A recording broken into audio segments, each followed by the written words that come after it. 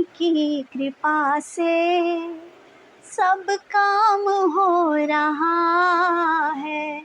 मेरा साईं की कृपा से सब काम हो रहा है। करते तो तुम हो साईं, मेरा नाम हो रहा है।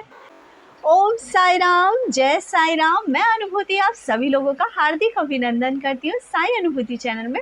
और अनुभवों की श्रृंखला से एक बार फिर से बहुत प्यारा और अनोखा सा अनुभव लेकर आप सभी लोगों के समक्ष उपस्थित हुई। लेकिन उससे पहले चलिए सभी लोग मिलकर बाबा के नाम का जयकारा लगाएं। अनंत कोटि ब्रह्मांड नायक राजाधिराज योगी राज परम ब्रह्म श्री सच्चिदानंद सद्गुरु साईनाथ महाराज की जय। ओम साई राम। आज ये अनुभव मैं आपको बताने जा रही हूँ वो है प्रभा जी का। और प्रभा जी का ये अनुभव जब आप सुनोगे तो आपकी आंखों में एक बार आंसू जरूर आ जाएंगे, क्योंकि इनका जो अनुभव है शायद दिल को एक बार महसूस देगा। कभी कभी हम परिस्थितियों में ऐसे फंस जाते हैं कि हमें वो काम भी करना पड़ता है जो हम करना नहीं चाहते।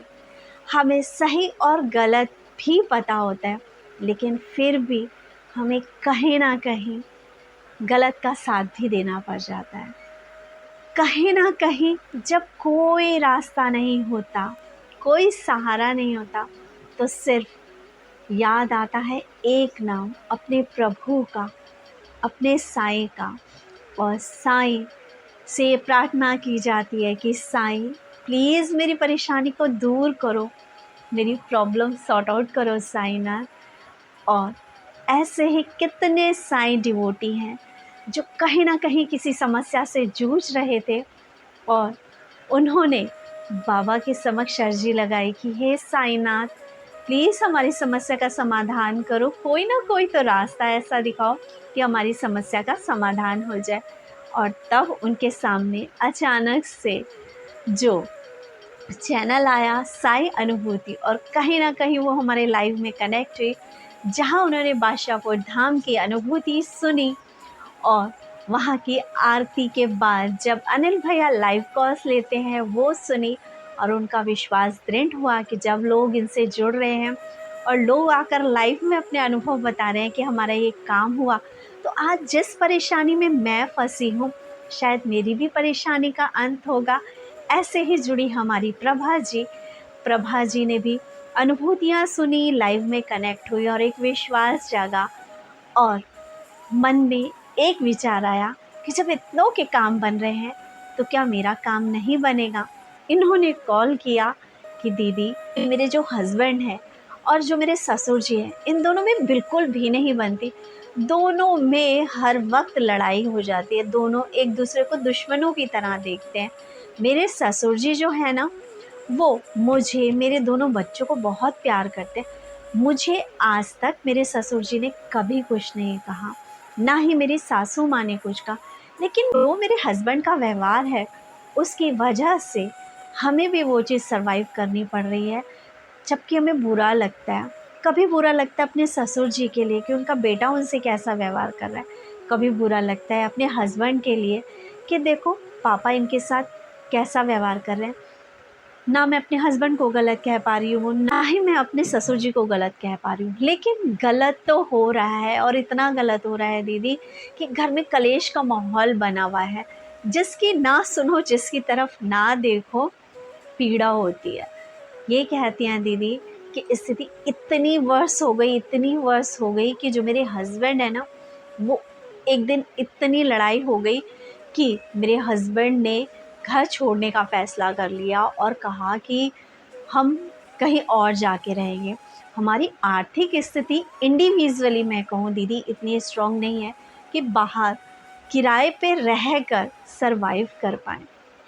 लेकिन कलेश का माहौल इतना हो चुका था कि मेरे हस्बैंड ने सामान उठाया और हम दोनों बच्चों के साथ, और मुझे और मेरे दोनों बच्चों के साथ हमें किराए पर लेके चले गए। और मेरे ससुर जी ने भी रोका नहीं और मेरी सास भी नहीं रोक पाई, और मैं भी ये ज़िद नहीं कर पाई कि नहीं मुझे रुकना है यहाँ पे। प्लीज़ आप अपने पापा की बातों को समझो, वो गलत नहीं कह रहे हैं।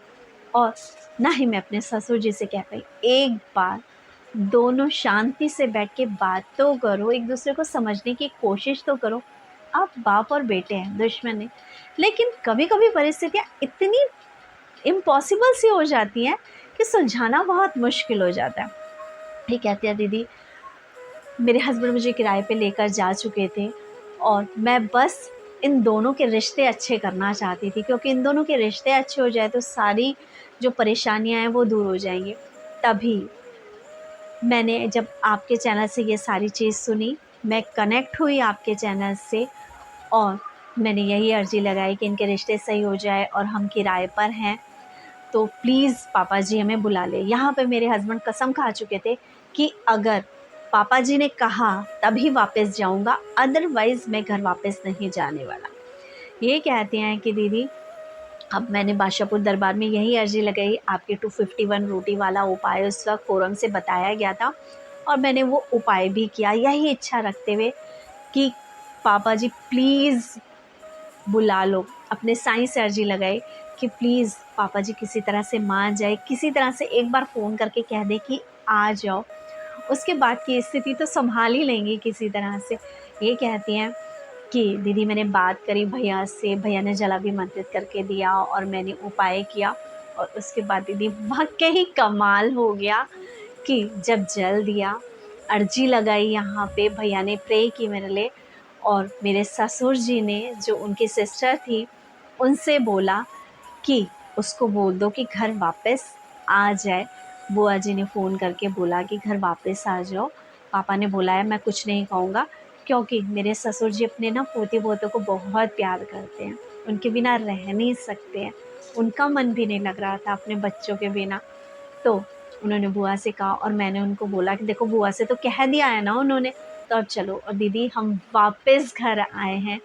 ये सिर्फ बादशाहपुर वाले मेरे शिरडी साईनाथ का कमाल है जो हम वापस आए और वाकई उपाय फलीभूत हुआ और जो मांगा था उसको पूरा होने में ज़्यादा टाइम नहीं लगा।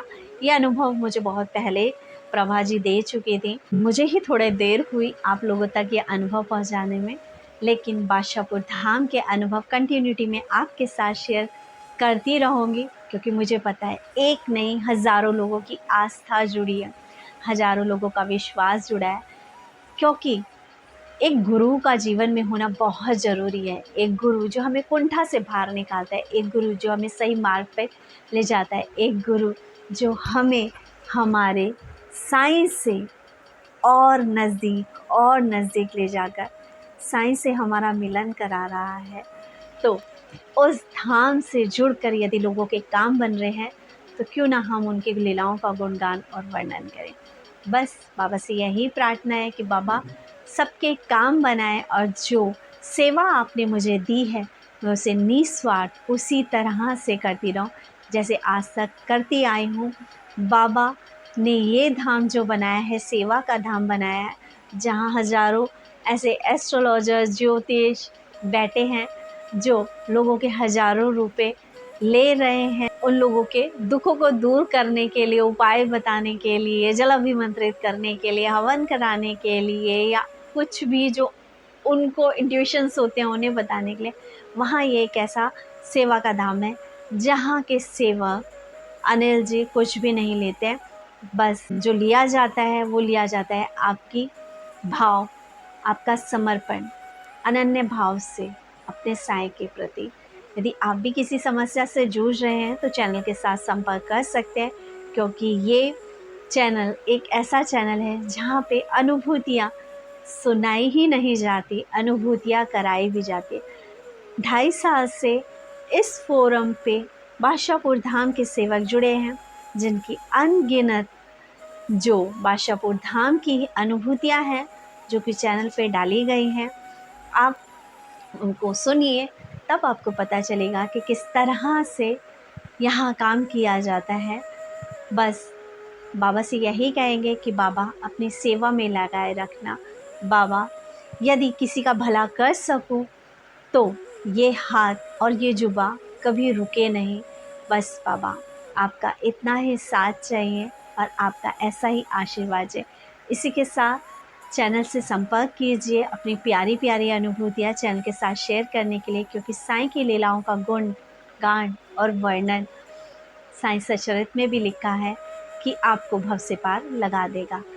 साईं की लीलाओं का गुणगान करने वाला व्यक्ति कभी दुखी नहीं रह सकता। इसी के साथ ओम साई राम, जय साई राम।